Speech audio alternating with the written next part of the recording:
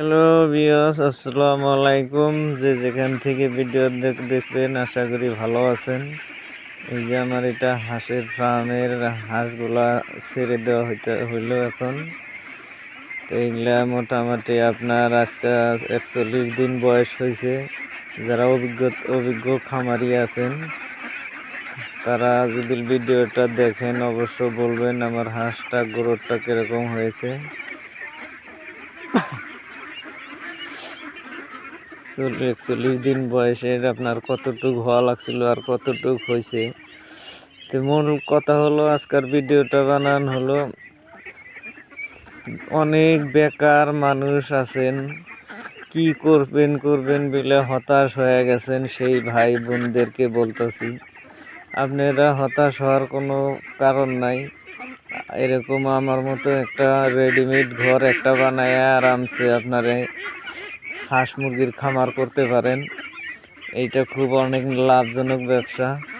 আমি আগে মিস্ত্রি কাজ করতাম, মিস্ত্রি কাজ এখন ছেড়ে দিয়ে আমি হাঁস মুরগির খামারের অনেক ব্যস্ত হয়ে গেছি।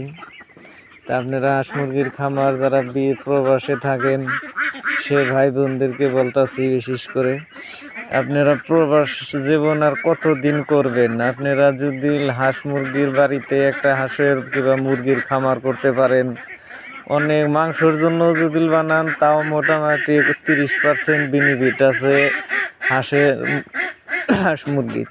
আর আপনারা ডিমের জন্য যদি বানান তাহলে তো আপনার 50% বেনিফিট আছে। কারণ কি জন্য 50% আছে, আপনার এই হাঁসটা মোটামুটি 6 মাস ডিম নিয়েও তারপরেও আপনার হাঁসটা এই একই রেটে বেচতে পারবেন, বিক্রি করতে পারবেন। যদি একই রেটে বিক্রি করতে পারেন, মধ্যে থেকে আপনার দিন খরচ যায় যদি 500 টাকা হাঁসের আদার বাবদ, তার আপনার 1000 টাকা ডিম আসবে। তাহলে আপনার তাতে 50% লাভটা এই জন্যই বললাম।